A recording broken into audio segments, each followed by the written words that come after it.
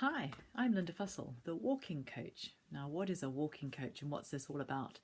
Well, I've had an amazing background. I've done all sorts of interesting things in corporate world and had startups, and for the last probably 4 years or so I've been coaching, and I love the coaching. But 2 years ago I walked the Camino with a couple of friends, and it was amazing in so many ways. And I've got a couple of books coming out and various things happening on that. But on the back of all of that, and just all the lessons that I personally learned from that experience, I've incorporated that into my coaching. So with my clients, I'm able to give real life examples of how does it really feel. You know, we read about all these things about, yes, we should do this and we should do that and we should do all the rest.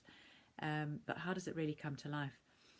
And it's been fantastic teaching and sharing these things with my clients, and I absolutely love doing that. I kind of was looking, how can I do more of this and help more people? So a few months ago I took a 7-month assignment, helping out a program and doing some work with them. And during that time I became really conscious of how stressed life is. And I kind of remember this from days gone by, but I probably had forgotten a bit.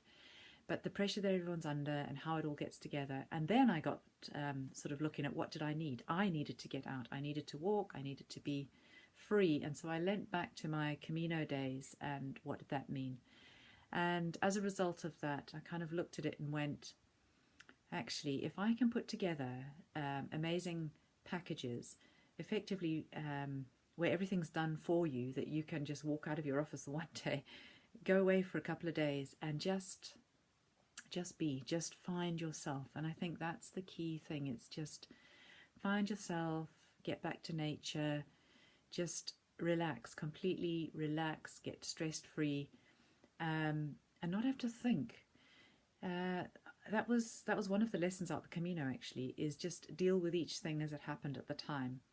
And through that, I'm hoping that through the retreats you'll get to experience some of this. Now it's kind of fun.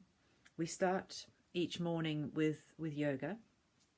Yeah, we don't all do yoga, but there's different formats of yoga. My daughter is a qualified yoga instructor, and I've been doing yoga myself also for just over 4 years, almost every single day. It's made a massive difference. But my yoga is a little bit different. There's various types that give you high energy workouts, and there's others that just are more meditative. I prefer the meditative ones, but you know, each to their own. Anyway, on the retreats, we're going to start the day with yoga, and it's yoga designed to loosen you up, relax you, clear the head, just get ready for a day of you, a day with you, and a day for you. And after the yoga, we'll have something to eat. Not too heavy, just something light, and then we'll head off on a walk. And these are not massive, let's just go and walk a big distance and see how fit we are and how exhausted we can be at the end of the day. They're walks to really find yourself, where you can absolutely just take the time. We can have time one-on-one walking while we're walking, where I can be talking with you and discussing things. There'll be times when you'll walk on your own and it's absolutely silent. There'll be other times when you're just walking alongside somebody else, whether you've met them just today, yesterday, known them for a long time, and you're absolutely silent. But there's a companionship, and that's really special. And that's what I'm really wanting to bring out. There's also the other side of that, where you get to connect with people. And the Camino was amazing because we met up with so many people along the way. And the key thing was that they were like-minded. So we were all on the same mission. We were all following yellow arrows. We were all had the same end goal in mind. But we were doing it in our own way, in our own time, stopping in different places. Sometimes we met up with them again, sometimes we didn't. And that was fantastic. It was so special to meet other people. And a sideline on that is that we were doing Facebook Lives every day, just connecting with people back at home. And I met people that were relatives and friends of the people I was walking with, the two amazing guys that I was walking with, who were just fantastic. And we became I'll say friends, but I guess Facebook friends at the end of the day. But it was really nice while we were there. They became really special to us because, trust me, it's not always roses. You know, when we were walking the Camino, there were times when it was quite stressful, quite, oh, but tired, don't want to talk to you, don't want to do anything. This really hurts. You know, day 3's tough. It's really tough. But the point is that there are times when you want to connect and times that it's really fantastic to connect. So we'll have quiet times, we'll have connecting times. We'll stay in places that are appropriate along the way. So there'll be a variety of places. Some retreats will be just camping retreats. I mean, when did you last go camping? You know, our kids are all going off, particularly now at this time of year. They're all going off on camping trips with school, with scout groups, guide groups, whatever. And they come back, they're filthy, they stink, they've had a blast, they've created memories, they've done amazing things. And that's something that is really important as adults to do as well. So if there's a camping retreat, it'll specify it's a camping retreat. But rest assured, it's not all difficult. We will be transporting the stuff ahead for us, and it'll all be organised and set up. You can bring your duvet if you want, if you don't want to sleep in a sleeping bag. But to be honest, it's really nice just to get really back to nature. You know, get back into that. You know, smell the rain, smell the grass, just be there. All the equipment we've got is watertight, and you know, we've got plenty of it. They've got big rooms in it, so it's not, you know, you're not cramped in a tiny little tent. We've got all sorts of equipment, which is fabulous. And to be honest, we do it quite nicely. I like to sleep on a bed. I do have roll mats to sleep on. But we do have beds. We do eat pretty well, it's fair to say. I like my food. I have done catering for a number of retreats for other people, and I kind of love food. And I love Yorkshire food, and I love the places that we are. So sometimes we'll eat where we are. Sometimes we'll eat in pubs or just local places along the way. And sometimes we'll eat in people's own houses. One of the things that I'm really keen to do is help you meet local people. Just get to know different people and what they're doing and how they are, who they are, how they think, what they're doing, what their lives are like. I think it's really important. I think it's really special. And I have the opportunity through I'm an open access ranger with North Yorkshire County Council, and it's just fantastic being on private land that you can't normally go on and meeting the local people and just having a brew. You know, a cup of tea never tasted nicer. Anyway, so we'll eat pretty well. We'll stay in different sorts of places. I think largely they will be either sort of cottages or occasionally guest houses, very occasionally hotels. I'm kind of wanting to steer clear of that. I'm wanting to really get back to sort of nature, really, and basics. Take away all the stuff we used to. You know, when we travel with work, a lot of people travel with work, not everyone does. We stay in box hotels. I think that's just the safest way to call it. They're comfortable, they're clean, they're okay, but they're all kind of the same. And to be honest, I used to do that. I used to love going. I had a couple of chains that I used. I loved doing that because I knew what I was getting when I was working. You just don't want to have to think. You don't want to fuss about it. In this case, I'm probably not going to tell you too much about the accommodation. I'm going to let you find it out as we go along the way. I will tell you if you need things. Obviously, I'll tell you if it's camping. I'll tell you if it's hostels or whatever. And sometimes there'll be luxury retreats. I've got two little secret ones up there. There's one that we do up near Ripon. There's a great walk up there, and we're actually able to stay in the Fountains Abbey estate. Now, that is just amazing. Done it before, these beautiful big stone buildings, and we get to stay in them. And because we're staying there, we get to go into Fountains Abbey after hours and have times that we want to do. I love it, absolutely love it. It's exciting. And when we do the Harrogate walks, so I've got Harrogate Ringway planned, and yes, we can walk the Harrogate Ringway really quickly, but actually I'm planning to do it probably over 3 days, maybe sometimes 4, where we bring people who don't know Harrogate or don't know the area, and we actually investigate. And to be honest, even if you live here, you probably don't know half the things that we'll show you. There's, you know, when you go through Knaresborough, Knaresborough's got an amazing gorge.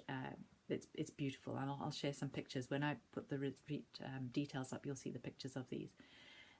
Fabulous little eateries along the way, but we've got Mother Shipton's Cave, and you see incredible things there. We've got farms that we go through, massive riding yard that we go through, which is also quite interesting. There's a little church, tiny little church in the rock, and it's called Church in the Rock. We get access to that. We get access to go and have a look. Really special.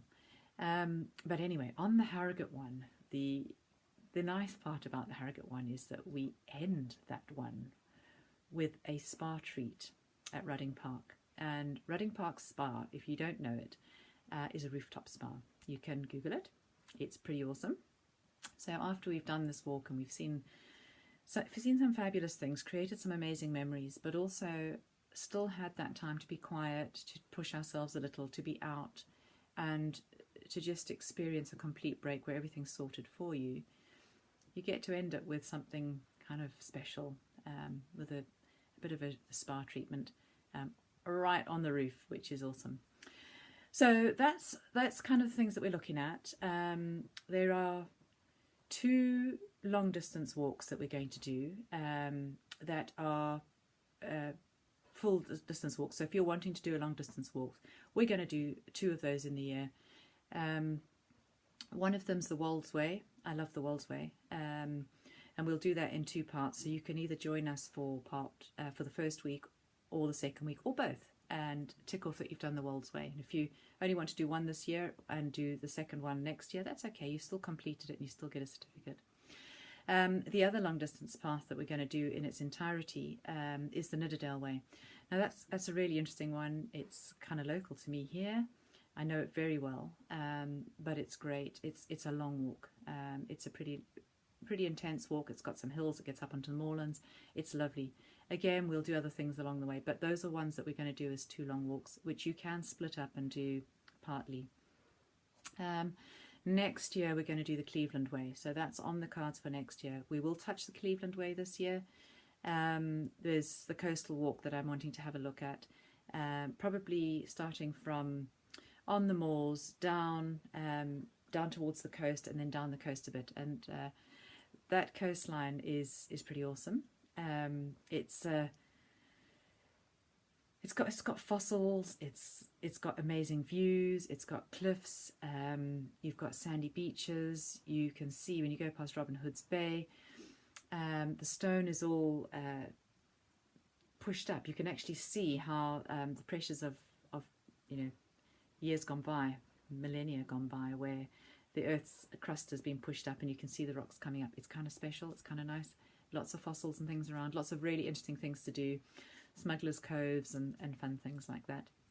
And then in May and June, really May time, the Yorkshire coast is very special around Bempton Cliffs area, and it's we have a fantastic place where the birds come to breed. So we've got all the auks, the guillemots, razorbills, things like that. Puffins, loads of puffins. I think it's the largest on mainland puffin colony that there is in the UK. It's really special. It's fantastic. Puffins are being threatened a bit because their food sources are declining, but it's lovely to see them. Comical little creatures. If you don't know them, again, I'll share details on that. And my favourite birds, I think my favourite seabirds anyway, are the and I've forgotten what they're called. There you go, that's great. The gannets. I absolutely love the gannets. I forget what the gannets are called. Crazy. Yeah, the gannets are amazing. Absolutely awesome. They're huge. They partner for life. They've got the most stunning blue eyes. Beautiful colouring, and you can sort of age them by their colouring. But when you see them all perched on this little rock and raising their normally 1 egg, sometimes 2, and you see how when they go out and feed and they come back, it's just very special. They are very beautiful. But walking on these cliffs, they come right past you. The photography opportunities are amazing, but also just to witness. And we'll get up there before the main public gets in to the RSPB reserve and just spend some time we'll have access to RSPB guides who will have equipment, and so we won't have to carry a whole lot of stuff. We'll have equipment to see things through telescopes, etc. That'll be great. Now, that is normally done in May, so next year May we'll be doing that. I am going to do one of those walks this year, early June. In 2 weeks' time, we're going to do the Headland Way. It's very short, 2-3 days. It's short timing to get to that, but it's a 2 or 3 day retreat just to get out. It's great. It's fabulous up there. It's really lovely. I'd hoped to do it actually this weekend, over the long weekend, but I decided that school holidays and bank holiday weekends are not my idea of fun. I'm not a fan of lots of people, and particularly when I'm on a retreat, I don't kind of want to be sharing my outdoor space with tons and tons of people. That said, we will do some retreats when people can join us with their families, and you've got leave, etc. I'll just choose different places to go. And so the last retreat I haven't talked about. So I've talked about the Ripon ones, I've talked about Harrogate, I've talked about Nidderdale. The other one that we're going to do is through Swaledale. And if you saw BBC Two, I think it was on Friday night, might have been Thursday night last week, Paul Rose, it was a repeat, but Paul Rose was doing trips through Yorkshire. And on that one, episode 2 is actually through Swaledale, and it's fabulous. It goes through a place called Mucker. The big thing up there, though, at this time of year, in June, it's lovely any time of year, but in June, you've got wildflower meadows, and they're really special. It's a very rare habitat at the moment. It's fabulous to see. So we'll be taking some walks up there. Later in June, we'll be doing it this year. Hopefully, this year's a bit funny because the seasons, because we were warm earlier, everything's grown really quickly. So it might be towards the end of the season, but never mind. We'll go and enjoy it. And of course, when you're in that part of the area, it's called the Heriot Way, the walk we're going to do. It's James Heriot country, and you get to see where All Creatures Great and Small were filmed. You go to the pub there, we meet the landlady, you do all those kind of good things. And of course we're in Wallace and Gromit country, so there's an opportunity to go to the Wensleydale Cheese Factory and actually see what happens there. It's not a big touristy thing. We're not going to do loads of things like that, but we will do some things that are special to the area so that you get to see and feel the area, but also it gives a break from the walking. And it's, as much as anything, the whole point of these retreats is to just relax, just absolutely relax, just be in the moment with who you are at the time, and have a blast. Really, it's get rejuvenated, get revitalized, rekindle a fire in you, and hopefully my ultimate aim is to help you find who you are, find your true essence. Just get back to, yeah, this is me and this is what I really like doing, and how can I incorporate more of this in my life. I'm really excited to be sharing this with you. I love Yorkshire. I love walking. I've walked extensively, when I was training for the Camino, but prior to that, being an open access ranger, I was able to not walk on paths, just to go anywhere, to meet all the people, and it's special. It's very, very special, and it's awesome. So that's kind of an intro to the walks, and I hope that gives you a bit of a feel of what they're about and why you might want to join us. I really, really, really want to share these things with you, and I want to help you. I am a qualified coach, so I will be looking after your well-being. I do massage and things. It's not, I do it for friends and family. When I was supporting my daughter and her husband and his brother on the Land's End to John O'Groats, I was doing the support vehicle, and I'd have to drive ahead, stop, cook for them. And when they arrived, there were massages and food and all those kind of things. So that's kind of what I do, kind of what I like doing. But we'll look after you. Basically, we'll look after you. We aim to walk, and this is something that somebody asked me actually, how far will we be walking every day? In terms of distance covered, it's not miles and miles. Personally, you walk 20 miles in one day, you're tired. 20 kilometers in one day, you're tired. And I want to do this for 2 or 3 days. I want to be able to absolutely have that experience. So I reckon we'll be walking probably, unless we're doing the long distance paths, and those are different, completely different kettle of fish. Just generally, I think we'll be probably walking between 10, maybe 15 kilometers in a day, but we will have lots of breaks in those. We'll stop and have picnics along the way, and just really be at peace and enjoy where we are. Some meditation time, some quiet time. And also, because of the yoga in the morning, you'll be loosened up and just gently stretched. And in the evening, we'll do a very gentle, quiet yoga, just to loosen up the muscles and relax and loosen everything up so that you're not, really struggling. You need very little stuff to bring with you, and you will need to bring a day pack.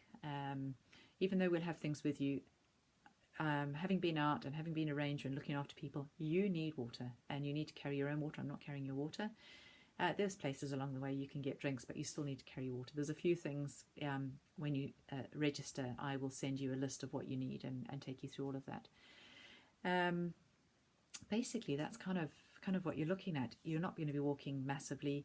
If it does get really exhausting and tiring, we'll have a support vehicle with us, so you can, if you've hurt something or whatever, hopefully you don't, we'll be able to give you a lift up to the next place.